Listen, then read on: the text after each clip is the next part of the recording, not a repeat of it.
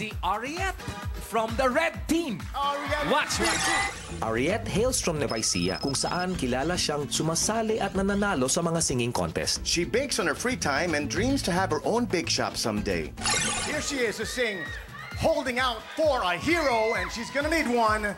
It's Ariette of the red team. Gucci, Gucci, Gucci. It's in the script.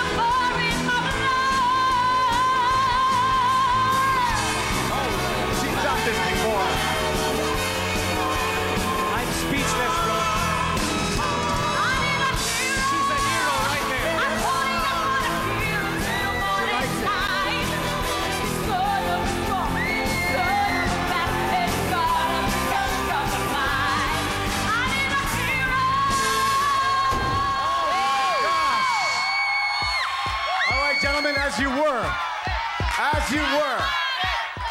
Let's find out about our next challenger from the blue team.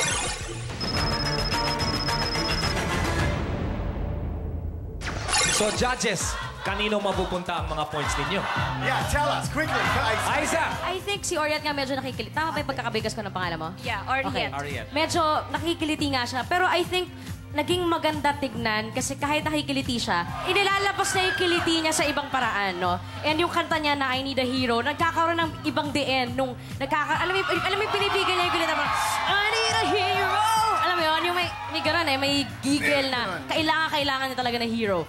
And Sabrina naman, the very, very sweet voice, talagang bagay na bagay sa acoustic. Hindi man siya nakikiliti, but I think, alam mo yan, kahit medyo in terms of song choice, no, mas gusto ko yung kay Ariette. Pero nagamit naman ni Sabrina yung, gumawa siya ng ibang paraan para mas maging entertaining yung kanyang number. Para sa akin, siguro, pipiliin ko na lang yung para sa akin, yung mas may punch. So I go for red team. You needed that.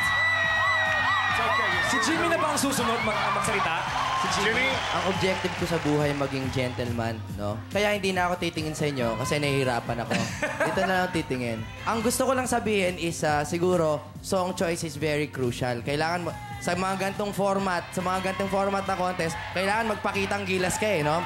Kaya doon na lang ako sa hindi sa sweet voice kahit napakaganda ng boss niya. Doon ako sa powerful voice. Doon na lang ako sa Ariette ng red team. Sabrina, I still love you. And please text. Red team gets two more points. All right. Mylene. Baka sabihin niya kasi na nanggagaya lang ako sa kanila dahil kung sino yung binoboto nila, yung binoboto ko. Hindi ko gagawin yun. Dahil ako,